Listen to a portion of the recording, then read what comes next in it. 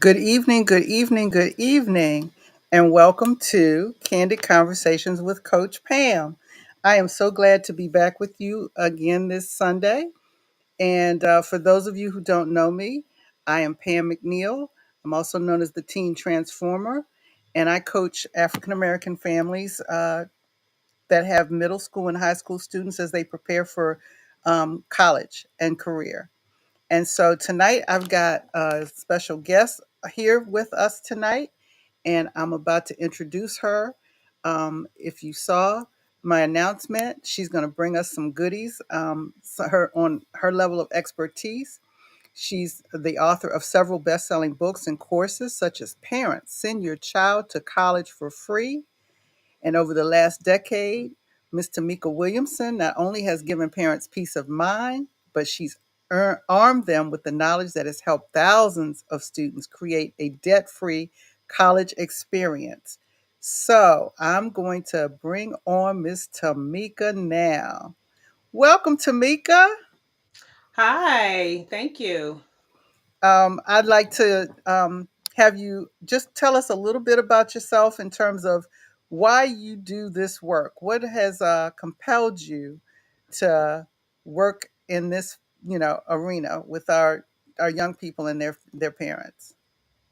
Well, Pam, thanks for having me. And when I think about why I do this work, when I initially started working in this space, it was really to be a solution to provide, to be a resource that provide guidance and direction to primarily first generation students because I was a first generation student. I didn't know what I didn't know. I didn't know what to do, how to do it, when, where to start, or any of those things. So I wanted to provide a solution for other families like me so that they could have a pathway forward without getting lost in the sauce because this process is very complicated and it can be is very confusing if you really don't know and understand what you're looking at. So that's what really got me initially into this space. Then from there, it really became more of a movement Hmm. around avoiding student loan debt. I started to see more and more families like myself because of the lack of knowledge we perish. So we went in, many of I saw more students than necessary go into student loan debt because they didn't have the knowledge, the insight, uh, the details around how to avoid student loan debt. So that moved into the College for Free movement, and that's where we're at today, educating families on how to navigate the game of college admissions so that they could minimize the need for their child to go to college using student loans because you Hmm. don't have to. Right, right. So this is actually the season where a lot of high school seniors that are college bound Yeah. are starting to get a lot of their college acceptances, their financial aid packages, even if they were accepted earlier in the school year. And so, what kind of advice would you give those families who have high school seniors right now who are trying to evaluate those financial aid packages?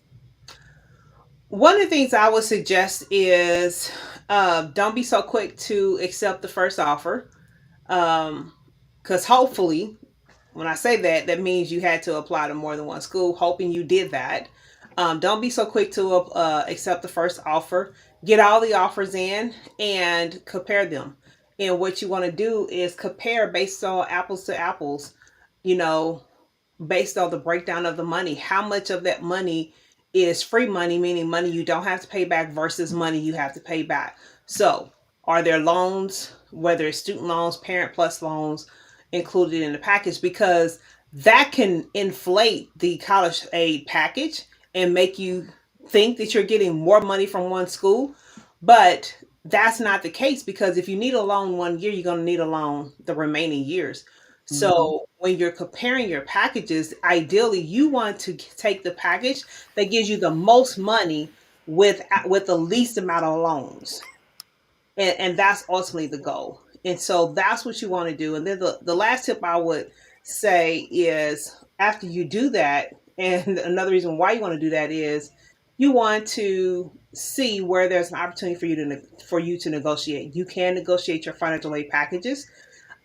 There's a strategy, there's a method to that, but know that you can negotiate your financial aid packages. And I said that was the last tip. The last one I would give you is this: keep your options open. Um, because if the money opportunity is not there to cover the entire balance, because you have to think the entire time your child is there, is this sustainable?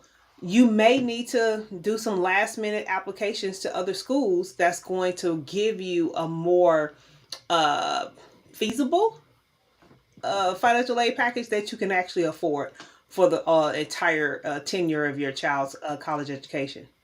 Hmm. I totally agree with all of what you said. I think when it comes to negotiating the packages, it's similar for parents that may be a little savvy about their negotiating job packages. You know, when they're looking to change jobs, it's Yeah. always better to negotiate when you have multiple offers. So you can go to one school and say, well, you know, school A is giving me X amount of dollars in scholarship aid. You know, can you match it? Or is there a way that you could make it your offer, you know, as attractive as school A? Hmm. And then the other thing I think I would add is I've served on the board for 3 years and actually on the scholarship selection committee for a dozen years. Of a foundation of my church that gives out local high school seniors scholarships to go to college anywhere in the country. It's all based on financial need, but that's in the DMV. Um, but their deadline is April 15th. So we get you know, we used to get a lot of the applications. I just recently retired from the board, but we would get applications now for people who are trying to fill that gap, right? They've got their acceptances, they know where they're going or where they would like to go, but there's you know, a gap. And so Yeah. there are scholarships out there that it's not too late to still be applying to those, but you got to pay attention to all those deadlines and you have a limited amount of time in which to make those decisions because most schools want you to commit to their class by May 1st. So, Yeah, that's almost all schools, because you got to think of parents have to look at this as colleges are businesses. They can't make decisions. It's hard to make a decision when you don't know what you're dealing with. So they need to know what that freshman class is going to look like, who is actually committed. Because what mhm, happens also is those students on the wait list, those students who apply later in the game, if you're not going to accept the money, that allows them to shift the money to someone else and reallocate it. So it allows them to reallocate, but then ultimately allows them to know what their final count is for the freshman class, so then they can move on to the next phase of the onboarding process of getting those students in. So you need to, May 1st is that deadline, and that's the housing deadline too, as Mm-hmm. well. Everybody likes to talk about the freshmen. You hear these stories about freshmen who don't have anywhere to live. Well, sometimes it's not on the school. It's because parents waited too late to pay their deposit. We didn't meet the deadlines, and then next thing you know, my baby have nowhere to live because deadlines are critical. You got to meet the deadlines. It's hard to make a decision when you don't have all the data. So the schools need all this information so that they can move forward in getting everything ready for August. So there's a lot of moving pieces to this. Correct. And it's a numbers uh game, and the fact that the school admits more students than they have room for because they know that kids There. are applying to more than one school. Mm-hmm. So they need, you know, I may admit you, but I don't expect every child that we admit to choose us. Absolutely. So they need to know so that they make sure that they got their numbers right. And like you mentioned, there's also sometimes a wait list, and depending on your ability to let a school know, no, I'm not coming there. It gives somebody else who really wants to go to that place but made the wait list the opportunity to come off. And if you've ever been on a wait list, or if you ever end up on that wait list, you hope that some the folks who were admitted Yeah. are respectful and let people know, oh, I'm not coming, I'm going somewhere else. So it's a real, juggling act per se. And then I think the other thing that I know is I work with families, and it's in their senior year, and they're trying to make decisions between schools beyond the financial considerations. I highly, highly, highly recommend that if they are at all able to go and do those campus visits for admitted students, that they do that, Yeah. because it gives you a true sense of, is this going to really be a good fit for me? Oh, absolutely. And sometimes opportunities can come out of that. I mean, my niece is here this weekend for campus visit for admitted students. I've seen where, the schools have done that, and some of my scholars have gone. Well, it's typically early on because they'll invite them in early if you apply earlier in the process, and Hmm. they end up announcing and giving opportunities, meaning additional scholarships or scholarships Hmm. students didn't know they were going to be offered prior to going. So many things can come from that you wouldn't know if you didn't go. Exactly. And I know from my own personal experience, all through high school, I had one school as my first choice. I just knew I was going to this school the whole 4 years. I applied, I was admitted, but I went to visit the other schools that I was admitted to, and the campus visit of another institution is what swayed me. And I was like, Hmm. I thought I was in love with, this school, Yeah, that but I happens. went on that campus visit to another school, and it was like I never would have made that choice had it not been for the campus visit. Yep, that is the So, case. yep. So, as we both have been working in this arena with families, I'm sure you would agree, the key is, though, to start early, correct? Absolutely. Absolutely. The early bird gets the worm. I mean, I grew up hearing that phrase, and it can't be more true, especially in the college admissions world. It's about timeline, deadline, and packaging. You gotta know what the timeline is, you gotta meet the deadlines, and you gotta have a strong package. The earlier you start, the better off you'll be in everything related to the college admissions process. That includes applying for scholarships as well as applying to the schools. Hmm. um, it's what is opportunities come for a prepared person. Well, preparation in the college admissions world, in the eyes and from the lens of an admissions team, an admissions rep, will be students who are ready to hit the ground running when application season starts. Application season starts. Well, some schools now they're starting in July, but July and August, students who are ready at that time, those are the students who are viewed as more prepared. and they are the ones who tend to get better deals. Hmm. So, what can our families that and kids who are in middle school, what should they be doing now? I believe in, what is it? Seven Habits of Highly Effective People, Stephen Covey. Start with the end in mind. I believe in working your way backwards. You got to identify what the destination is. What is that destination or goal? So, destination is college. If you know what college it is, that makes it even better. But at least we're saying college. All right, what are the requirements? What's needed to get to that place? And you start working your way backwards, because that helps you identify what you need to do, and then you can identify when you need to do it. So if I know college is the end game, and then I know to get into that college, most colleges across the broad spectrum, they need X amount of math class, X amount of science, X amount of this, the average Foreign language. foreign language, the average SAT and ACT scores are this, the average GPA is this. I can now establish goals, as well as, if I start early in the game as a middle school student, I go into high school knowing what my 4 year curriculum should be, because now, because I'm mapping out my curriculum to match what I've already researched and identified as the requirements based on my final destination.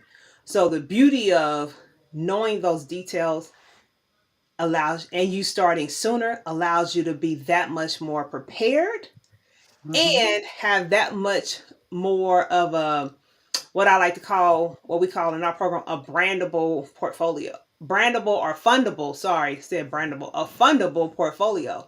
So it's a portfolio that people are more likely to fund, meaning they're more likely to give you scholarship opportunities. Not give, you're more likely to earn a scholarship opportunity as a result of it. Right, right. And for me, I think in terms of it's as simple as um, knowing that it's advisable to have algebra one, by the ninth grade. Hmm. So if you can take it in the eighth grade, you're getting a head start. But if you at the latest, if you're college bound, it's advisable to take it by the ninth grade so you can have geometry in the 10th grade and algebra 2 trig in the 11th grade, and then the pre-calculus course your senior year or something comparable. Um, and so just knowing that, right, gets you on the path to success and more options. Unless you're a STEM student, because if you're a STEM student, you need to have calculus and not pre-calculus. So that means you gotta Well, yeah, there you go. do So, something in middle school. If you're able to take, because I've had students where they were able to start earning their high school credits while in middle school. If you're able to do that, that puts you that much further ahead of the game. And so those are the things you got to look at. That's the advantage of knowing what you want to major in too, because it gives you the extra layer of data in your preparation period of knowing, okay, here are the things I must have. Because if mhm, you don't have those things, it could be a challenge in you getting into your top school, depending on how selective that school is, as well as you getting into that school, it's going to impact the prerequisites you're going to have to take before you get to start taking the core classes outlined in the curriculum for that major. So that could translate into an extra semester on campus, which translates into more more money. money. So all these things are interconnected, and it traces back to proper preparation, and doing it earlier in the process. Yes, absolutely. And then, as well as just knowing what courses to take, there's also that whole being prepared for the standardized tests, Hmm. be it the ACT or the SAT. And in my opinion, you can't wait until junior year to start thinking about those exams, even though they aren't required until the PSAT in the 11th grade. And then usually people take the SAT for the first time the end of their junior year, or some people don't take it until their actual senior year. But in my opinion, the sooner the better. Uh, and so what do you think about that? Take well, I if anybody know me and they've been following me for a long time, they would know that they would have heard me say many times, or if they have any other books, taking tests for the first time junior year is too late. Hmm. I am a person who believes in our kids getting exposed to the test in middle school at the latest, really, because you want them to get familiar with what the test, how the test is built, so that they can better understand the science behind the test, as well as the strategy they need to know how to take it. Because the test, I think when we talk about, you should have certain classes under your belt before taking the class, it causes more people to think, well, it's based on my knowledge in a particular subject. Not really. The knowledge in a particular subject is definitely helpful. But if you don't understand the science, the mechanics of the test and how to take it, the strategies, the nuances, and all those different things, you're not gonna do well on the test anyway. Because I one of those biggest myths out there is, I'm an honor roll student, so I should do fine on the test. No, that is not an absolute, and it's not true.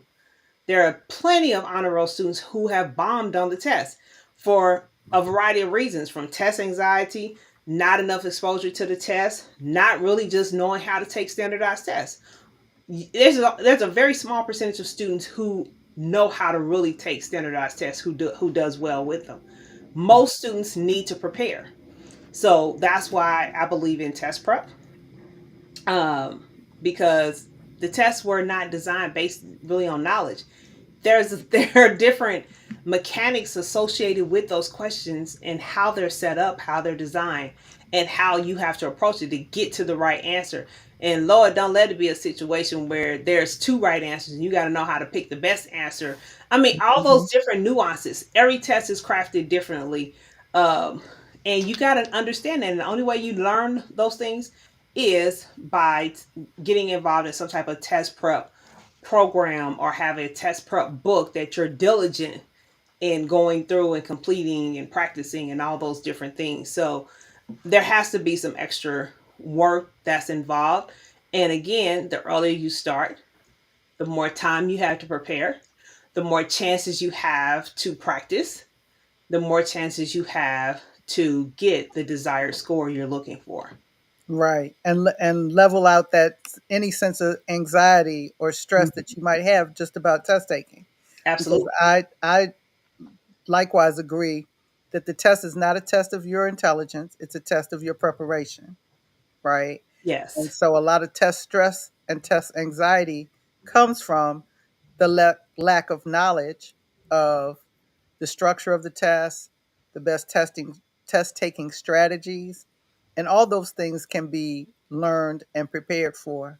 Yes. And so I agree with you that middle school is a good place to start with getting familiar with those tests. And of course, they always every couple of years are trying to shake things up and change the format a little bit, or change the way they're scored and all that kind of thing, so that um, people don't sort of figure out how to game Yep. that system. But there is a strategy, there are tips, there are ways in which you can definitely prepare. And so we need to be thinking about those kinds of things all the time, and setting up a schedule for that. Absolutely. On that note, why do you think our families that might be listening should invest in a college admissions coach, or a test prep coach, or a financial aid assistance coach? So, this is how I see things. I remember my first business coach, he put it like this: you're not paying me for who I am, you're paying me for what I know, for the expertise I possess, and for my ability to get you. from point A to Z quicker, faster, with less pitfalls. Mm-hmm. And that's essentially what a coach is. We can't do the work for you, but what we can do is make the process less confusing, because the college admissions process is very confusing. It's designed that way, unfortunately. That process Changing is it. designed for families to fail, and it is because it's designed for families not to get a lot of aid, but to go into student loan debt. Now, that's a whole nother conversation. You can go pull some research and really understand that, one, with student loans being 40%, 30, 40% of the United States revenue will, that ought to tell you something. It's not designed to give you a whole lot of money. So if you don't know and understand the rules of engagement, you're going to make decisions. I mean, you're going to make decisions that's going to cost you money, that's going to cost you opportunities. Because every mistake is going to cost you something. It's just a matter of how big of a mistake it is and how much it's going to cost you. So when you invest in a coach, you're investing in access to knowledge. You're Mm. investing in speed as it relates to completion. You're investing in their expertise to help minimize your stress, to help minimize your frustration, and to help minimize the confusion of what to do, how to do it, when to do it, especially when those brick walls pop up, because they do pop up. And you're like, well, what am I supposed to do? How do I react to this? That is why um, I believe families should invest in a coach. Now, here's the thing about that though, Pamela. Investing in a coach, Let's keep it real with Tamika. means You know, this is the Candid Conversation, so come on with it. you got to be coachable. Right. If you're not coachable and you know everything and you want to do it a certain kind of way, then no, don't invest in a coach, because the coach is going to fire you, or you're going to be very frustrated and you're going to feel like you didn't get your money's worth. It's not worth it. So, coaching, yes, is great. It's not for everybody. But if you're going to do it and you're going to make that type of investment, you got to be willing to do the work. You got to be Absolutely. coachable, meaning you have to be open to the process and be willing to do what they're advising you to do. If you're not willing to do any of those things, then no, you should definitely not get a coach. But those who do it and really maximize the opportunity, they're the ones who walk away with a greater return on their investment with bigger results. Amen. And I would add to that that in my experience, what actually got me in the coaching business, or um, yeah, that I got bit by the bug, was a couple of things, and one of them was how um, the parental influences begin to wane, right, on teens, Yeah, and coming in as a third party, even if a parent thinks they know it all, which they, we never know it all, but let's just suppose that as a parent, you're on top of things, you've done your research, you've got a lot of this information, your kid's not necessarily listening to you that's like true. they used to. And so with a coach, you can have a coach tell your child the same things The that same. you've been telling them. But now, because I'm a third party, you're a third party, we're objective. They know that as a parent, you're subjective. So if you tell them that it's good, then they don't necessarily believe it any longer, because they know you love them. Yeah, They know that, you've got to tell me that because you're my parent. But if you or I, who are independent, who, are objective, tell them some of the same things the parent has been saying, now they hear it, right? And now they act on it. So that's been rewarding to me in seeing how kids move and will get things done when I'm coaching them versus just their parents, maybe perhaps telling them some of the same things. The other thing is that I love to work with high achieving kids, right? And sometimes parents of high achieving kids who may be self motivated feel like, well, my kid doesn't need a coach because they're already doing well in school. They already have all these extracurriculars. They mhm, already are whatever, they seem to have it all together. But we know that even we don't know what we don't know, right? Absolutely. And as coaches, we have access to inside information. We have lifelong experiences, and we can help these young people get laser focused and create winning strategies for whatever their dreams may be. And then the other piece of it is just that nobody's perfect, right? So even our top performers, and I sometimes think about our top athletes, right? Every last top athlete that you can think about, they have coaches.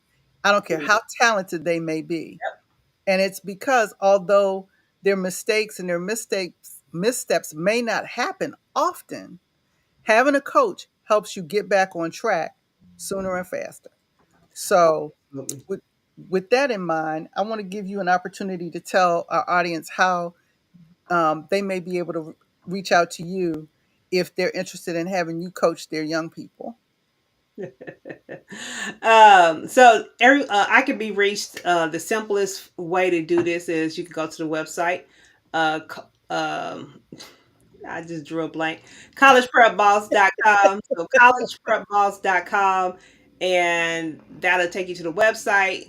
We have a contact. You can connect to contact us page. You can read about some of our programs, some of the books, as well as you can connect to our social media platforms because you can find me on majority of the sites at I am Coach T Will. So Facebook, TikTok, Instagram is under I am Coach T Will. We have a private Facebook group where we share tips and resources there. But all those can be directly connected off of our main, off our website, collegeprepboss.com. Okay. And then, last but not least, we are going to be doing our virtual summit together, Parent Empowered for College Bound Success. We've had a date change. We were originally scheduled to do our virtual conference on April 1st, Mm-hmm. but that will now be the last Saturday in April, April 29th at 11 a.m. Eastern Time. And so be on the lookout for that. Miss Tameka and is joining me along with four of our other colleagues. And so I'll have more information about that coming soon. So, in closing, any last words, Miss Tameka, Coach Tameka? Preparation is really key, and timing is everything. I always say the time to be ready is not the time to get ready. We must position ourselves to be in a place of staying ready. And so I would encourage families to look at what that looks like and position yourself, you as a parent, as well as your scholar or scholars, position yourselves to always stay ready because things are constantly changing. So you got to be ready to adapt. You got to be ready to take advantage of opportunities when they come up because sometimes they're limited opportunities.